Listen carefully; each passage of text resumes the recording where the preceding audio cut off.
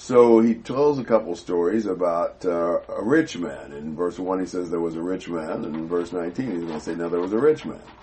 And in both of these stories, he's got something to say about rich men, quite different stories, different applications. So why don't we do 1 to 8?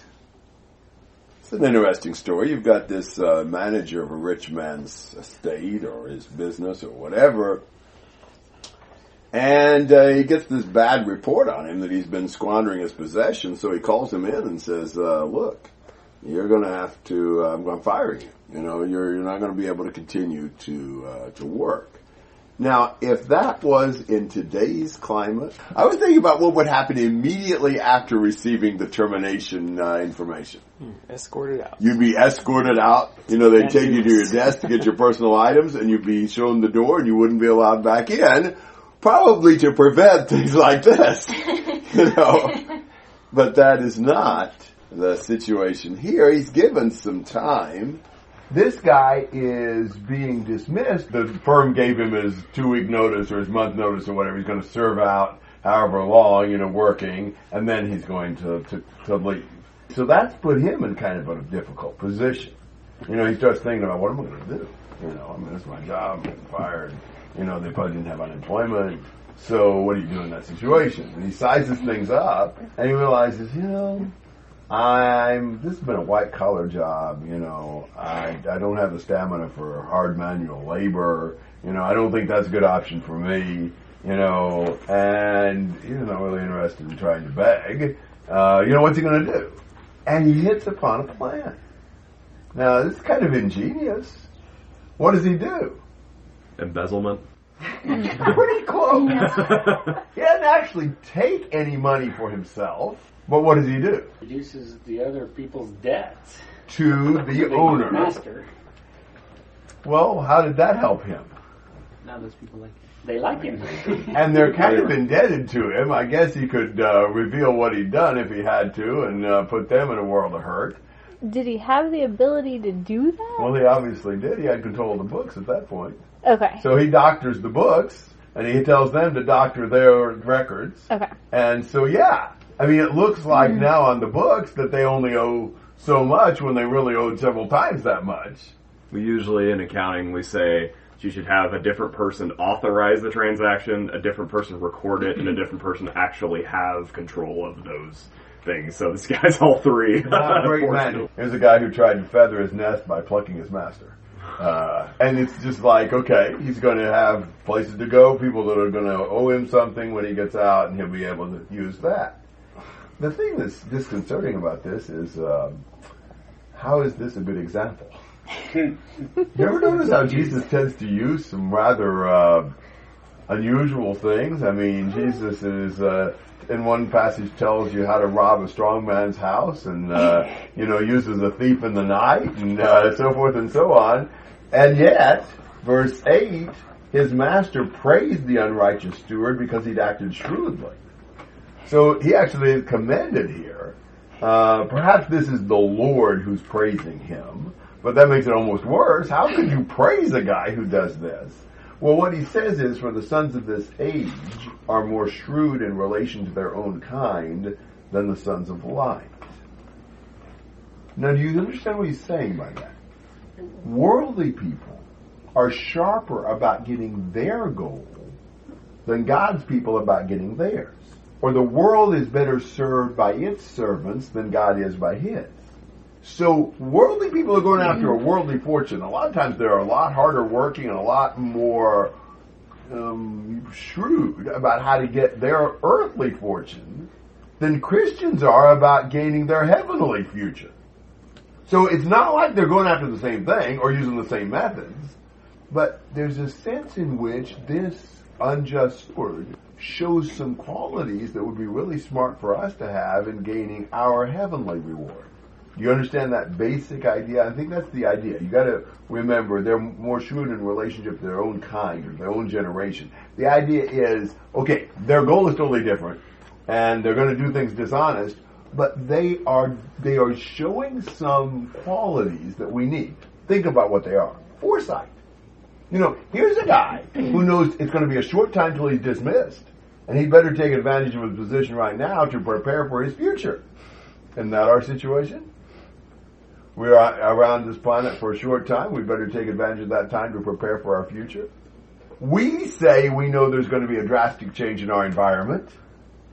Well, when worldly people know that, they prepare. They do whatever it takes. We need to be more looking forward and preparing. He was realistic. He sized up his situation. He didn't whimper and whine and daydream. He faced the facts and got to work. You know, many are like, oh, it's just so hard to serve God. Oh, it's just, I don't know. I don't think I can do it. And, face the reality and do it. God will just understand that I just can't do what He wants me to. What if this guy said, I don't know, I'm just not going to be able to take care of myself? He'd have starved to death. We got to be tough enough to face the reality. Okay, some things are hard, but that's what God asks. He was prompt. He acted at once, decisively. He seized the opportunity. I mean, he didn't wait around to the last few hours he was going to be on the job. He knew he had no time to waste. He got busy doing what he needed to do. That's what we need to do. And then think about his zeal. That's maybe the most impressive thing. How many of his master's debtors did he call in? Each one. Each one. Don't you think he could have gotten by with just a few of them? It's like saying, well, how much money do you want to make? Well, couldn't you get by with less? They offer you a raise at work and you're like, no, I think I can do it with what I've got now. You ever say that?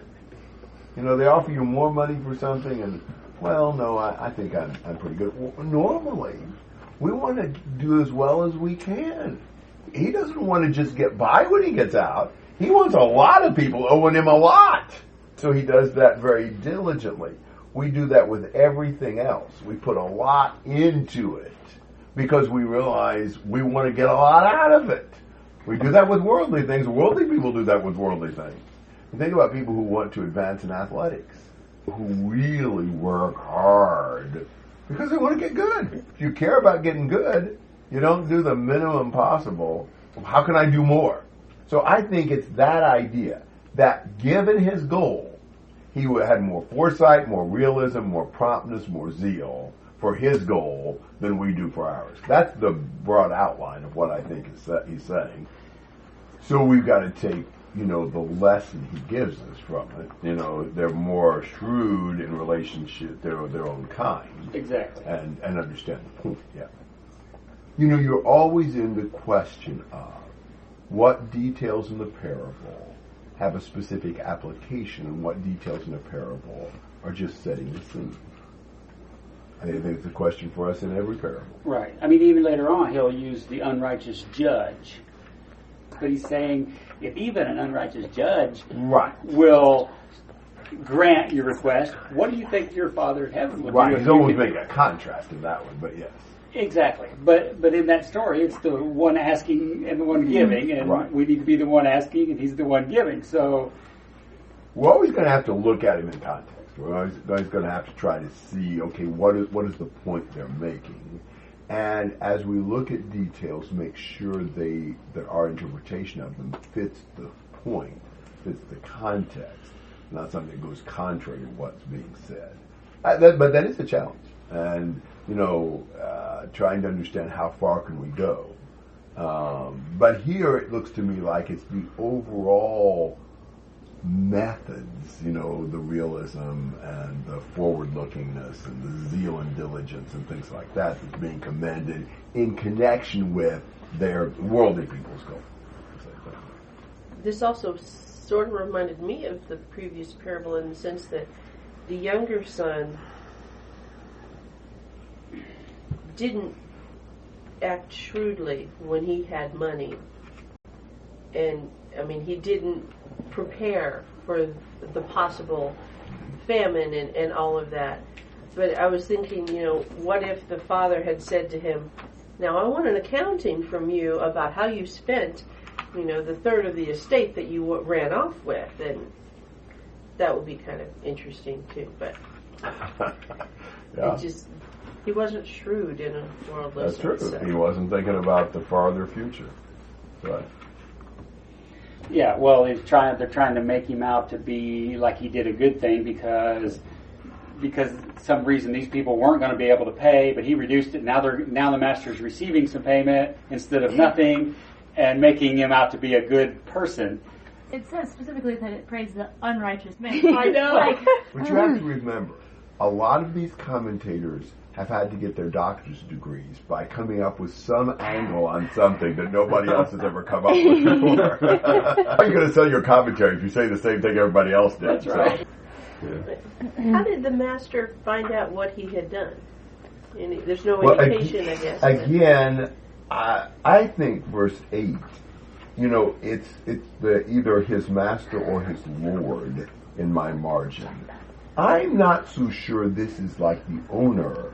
I think this may have been the Lord himself, God, who praised him in the context of the story. Gotcha. If not, then I don't know that it really matters how he found out, and he would just be amazed at how shrewd he was, certainly not as the fact he fleeced him.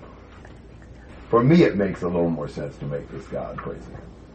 Isn't it amazing how, going back to our points, think about the zeal, and the effort. We think of it as totally reasonable to go to very great, strenuous lengths for earthly goals. Athletic, financial, educational, even sometimes for a hobby, something like that, for political office.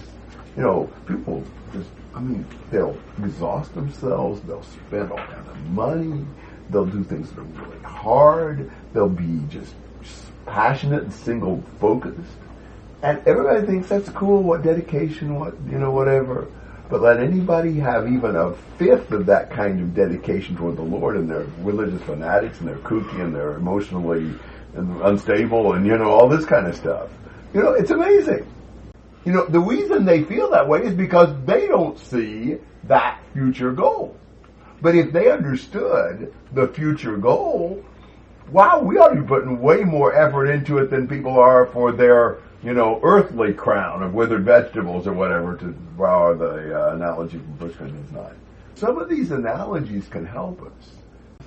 And we understand that. Everybody thinks that's cool, that's reasonable, and you respect doctors. It's probably one of the most respected professions. And, what it takes to get there really shows you've got what it takes. We see that with that. Why don't we see that with the Lord?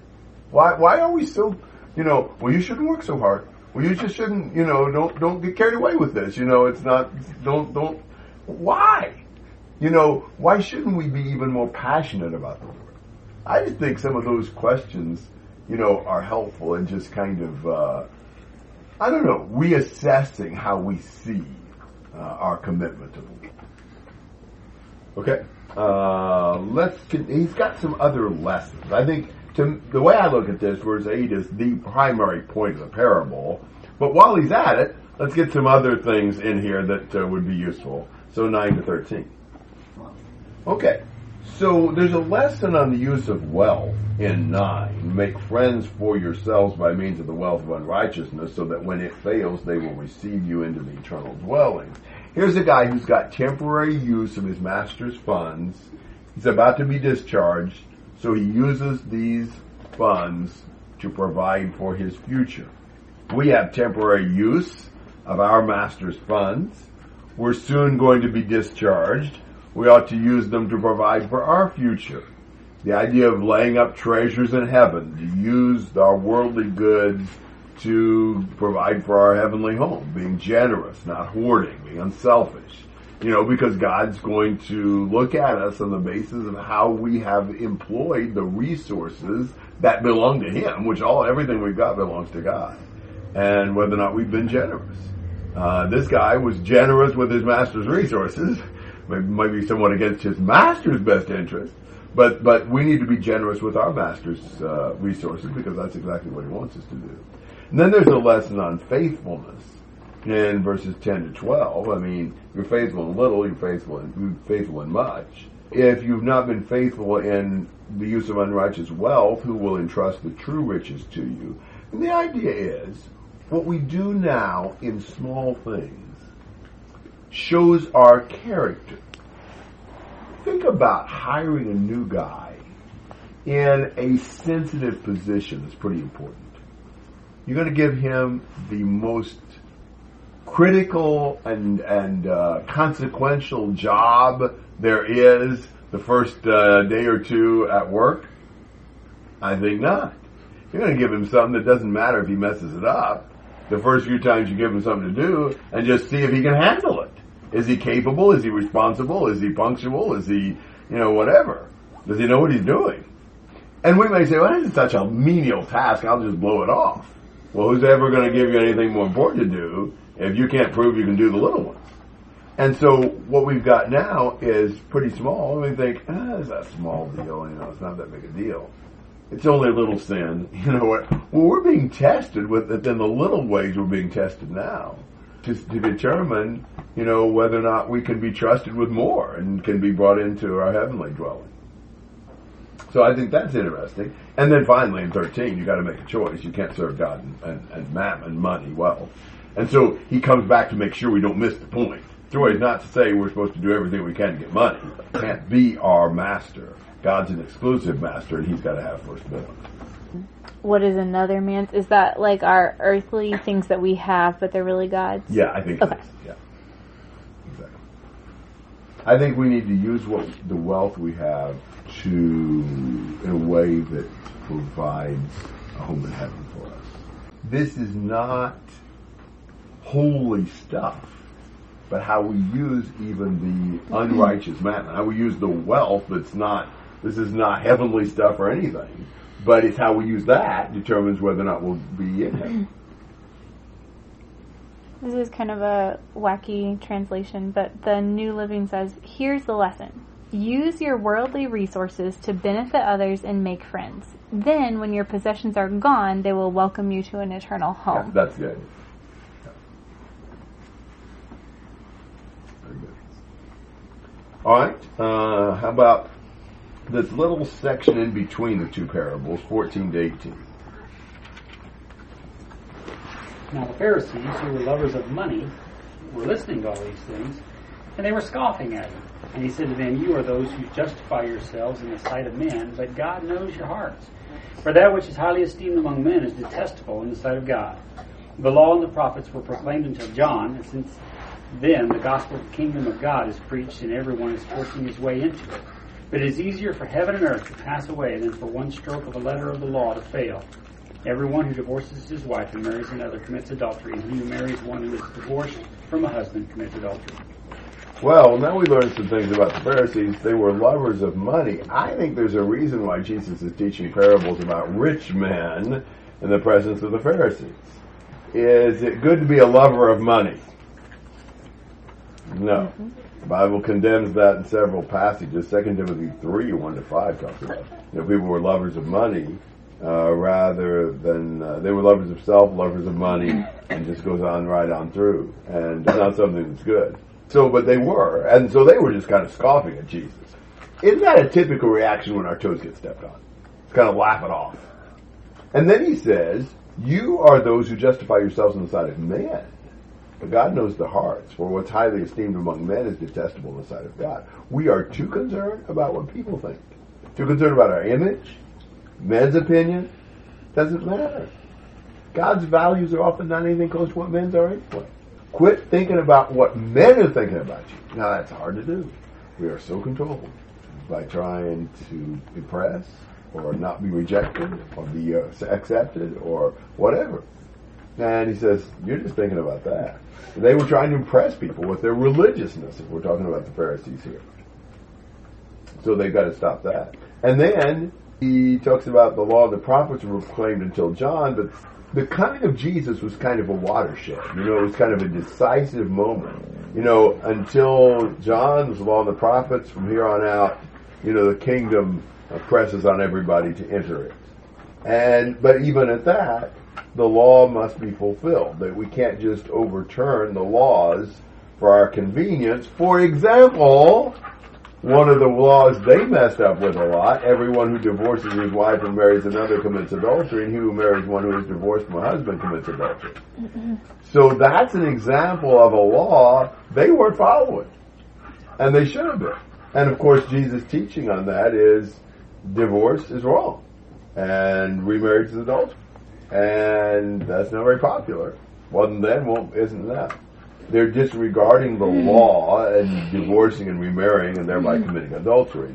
Now, when you look at that list, chapter 18 and verse 11, remember that Pharisee and the tax collector who went up to the temple to pray? Look at a load of what the Pharisee says in verse 11, 18:11. Swindlers, unjust, adulterers, or even like this tax collector. Now, what do we know about the Pharisees? Lovers of money, unjust, and adulterers. The very things he was priding himself on not being is what from this text earlier we see that the Pharisees often were. So that it's so hard for us sometimes to see ourselves in our true condition. Sometimes we will pride ourselves on not being the very thing we are. It's amazing. You watch that. Every once in a while, people will just like, really? Somebody say, I just don't have a problem with my temper at all. I'm just so self-controlled. Like, whoa. You really think that? Or whatever it is. It's easy for us to blind ourselves to our true faults. Maybe it's that we don't want to admit them. You try to convince yourself. Yes. Yes, exactly. So sometimes we're almost trying to keep saying, I'm not at all what I really am, trying to convince ourselves or make sure nobody else detects who we really are. I just thought that was kind of interesting. So that's kind of the middle between these two stories. The Pharisee got 1 out of 4 right. He wasn't like the tax collector. No, he wasn't. That's true. Not at all. We always want to justify ourselves. Whatever it is we're weak in, trying to come up with a way of justifying it, trying to laugh off the criticisms and all that kind of stuff. This is a complete tangent, but I thought there were 3 categories: the law, the prophets, and something Writings? else.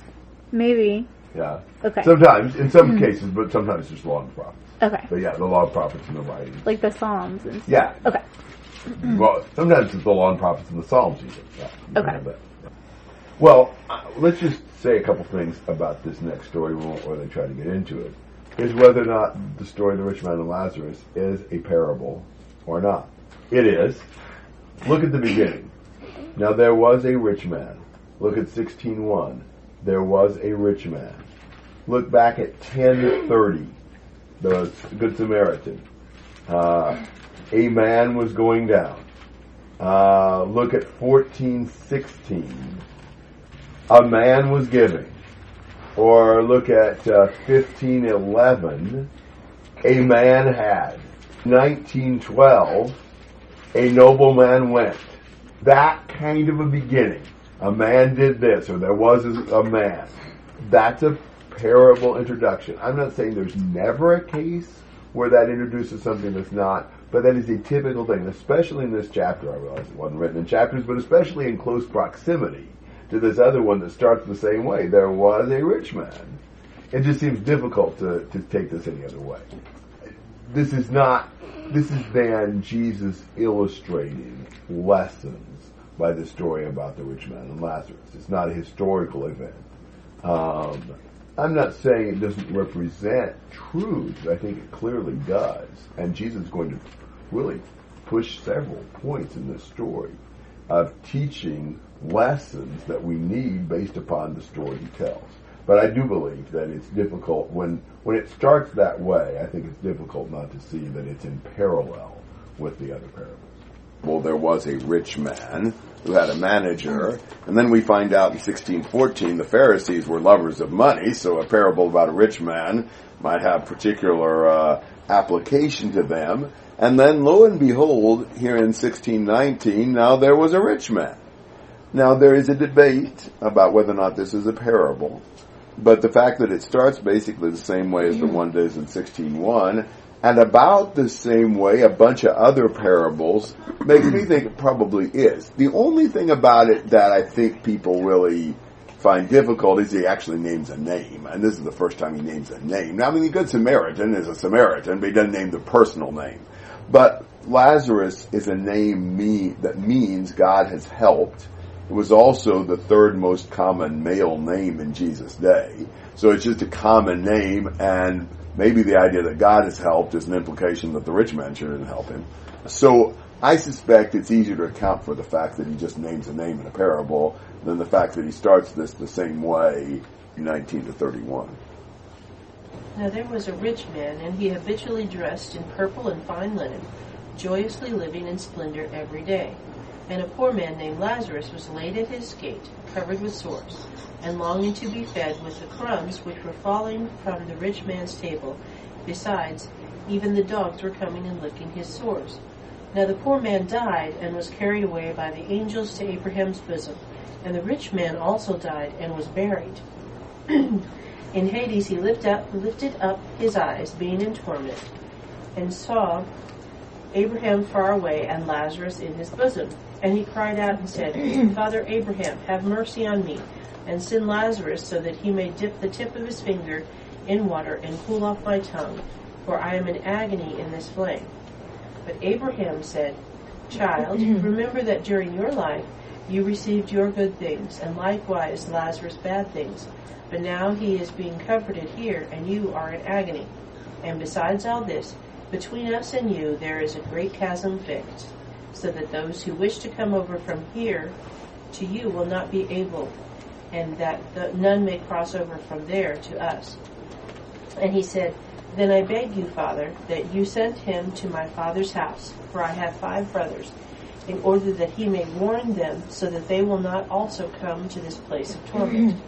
But Abraham said, They have Moses and the prophets, let them hear them. But he said, No, Father Abraham, but if someone goes to them from the dead, they will repent. But he said to him, If they do not listen to Moses and the prophets, they will not be persuaded, even if someone rises from the dead. The rich man wants his life like? Splendor. Yeah, he's got it made in the shade, drinking lemonade or whatever. Very, at ease, things are going well. Then there's this beggar always at his gate that doesn't even get the crumbs. So he's not concerned about anybody but himself, it looks like, in this first scene. Whereas, how is Lazarus? Covered with sores, hungry, being tenderized by dogs. Yeah, I'm guessing that the dogs are finishing off their meal licking his wounds. Some people have thought the dogs were a comfort. I more see them as a nuisance or kind of an aggravation. You think about that how you want to, but they didn't have pet dogs so much in the first century. So I'm seeing these as not a positive thing. Notice also, how did Lazarus get to the gate of the rich man every day? Was laid at. Which makes me think he couldn't even walk. Somebody had to carry him. So he's in bad shape. And he's longing for the crumbs that the rich man won't let him have. So he's hungry. And so it's just a bad situation for Lazarus. The rich man is great. Then they both die. Death is democratic. There's one for everybody, no matter how rich or poor you are. Quite a different scene after the death. Because where is Lazarus? Comforted by Abraham. Yeah, he's in Abraham's bosom in a place of paradise. And where is the rich man? Yeah, he's in torment. He's in bad shape, and just almost reversed the roles, almost reversed the circumstances. How bad is it for the rich man? He wants a drop of water. The one who wouldn't give Lazarus a crumb is begging for a drop. And where does he want that water? Is that appropriate? What he ate all that food with that he didn't give to Lazarus. I mean, that's kind of like the part that may be most relevant here. He showed no mercy. Now he begs for mercy. Everything was splendid for him before. Now he's desperate. So it really is quite a reversal of the roles. And, it shows you some things. I mean, it shows you that the state here after death is kind of a reflection of their life on earth. I mean, how we treat others is a big factor in what happens to us eternally. And, what's Abraham's answer to the rich man's request to send Lazarus for a drop of water? There are 2 parts. The first is You already got your share of good things. That's right. So, yeah. It's a little late for that. And The second is, there's this big chasm. so you can't cross over. Which makes me think that it's teaching that our destiny after death can't be changed. The gulf is fixed. And once you die, that's the end of anything to change your destiny, which is really, I think it's probably the most sobering thing about our lives and death is we're used to things that we can change, maybe there's a way out or whatever, but after you die, nothing that happens after you die has any bearing on your state. So that makes, the urgency in being what we ought to be in this life. But I'll tell you something else that doesn't change once you die. I think it's your character. Look at the rich man after he dies. How is he the same after he dies as he was before? Once the drop for himself, and then once For his family to be warned. Exactly. How does he see Lazarus? Well, I thought it was weird that he thought Lazarus should bring it. I know. He still sees himself superior to him, and as if he could order Lazarus to do whatever, right? That's what it looks to me like. Habits of a lifetime die hard. So it looks to me like, if there's a lesson in that, it's that you really don't change after you die in terms of your basic character and nature and attitude. So that's just interesting. And of course, the request to go warn his brothers, what's Abraham's idea about that? kind of like they've already been warned. They've got the law of the prophets. Yeah, if the written word of the Lord won't convert you, neither will coming back from the dead.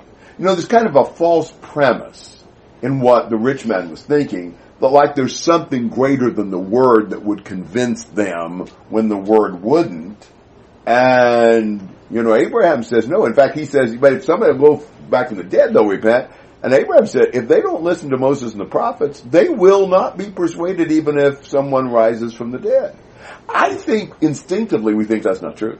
No, but if somebody was from the dead, then they listen. But think about it. What proves they wouldn't? Lazarus did raise from the dead. Yeah, a different Lazarus, but... You tried to kill him. Yeah, exactly. They wanted to kill him again, want to put him to death again in chapter 12 of John. It didn't change him. It didn't convince them. And what about when Jesus rose from the dead? What do they do then? Made up the story and Bribed the guards to tell it.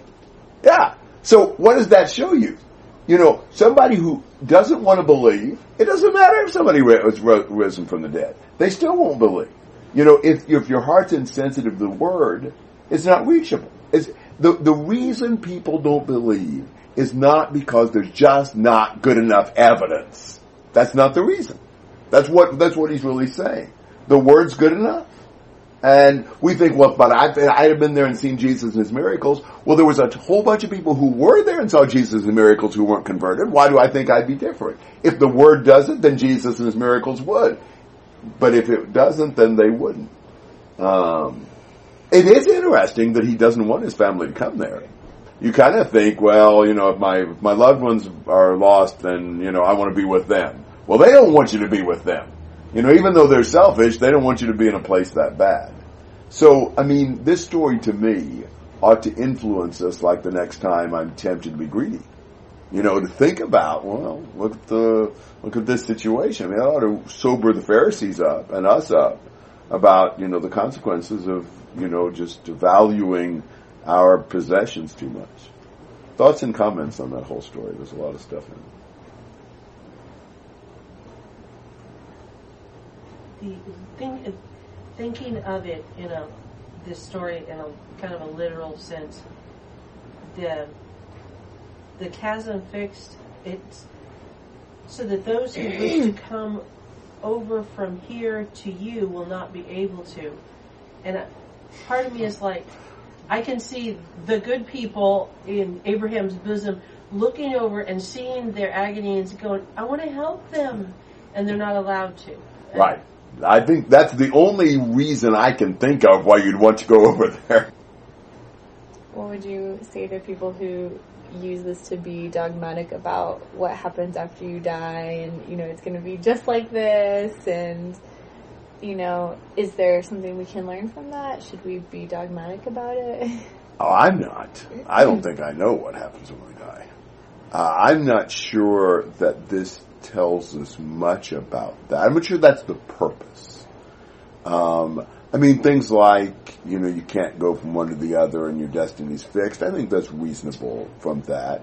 To try to say you're going to be able to have conversations back and forth and, things like that, we're going to be able to see each other, and some things of that. I don't know if that's really what it's trying to tell us or not. That seems, maybe so. If it was a real story as opposed to a parable, you might be able to push that a little bit farther. But I really think it's better to take it as a parable, and so a parable is teaching a lesson. It's not necessarily, I don't assume that the Good Samaritan, that didn't really happen that way. It's just an illustration. It's an illustration that everybody understands. It's just an illustration. So I would, if somebody asked me, what do you know about the time between your death and your resurrection, I'd say not much. This is worth considering. There are some statements where Paul will say, I'd rather die and be with the Lord, that might make you think you went directly to be with the Lord. But I just don't think there's really a lot to go on to really say what happens between death and the judgment. I don't know that it matters. I think the focus in the New Testament is way more on the resurrection. I think, that's whatever happens to our spirit. I think we're meant to think more in terms of the resurrection as being the time when we gain our reward and when we're judged and so forth. I always thought if this is literal, then Abraham got shortchanged. Whose bosom did he go? And what about everybody that died before him?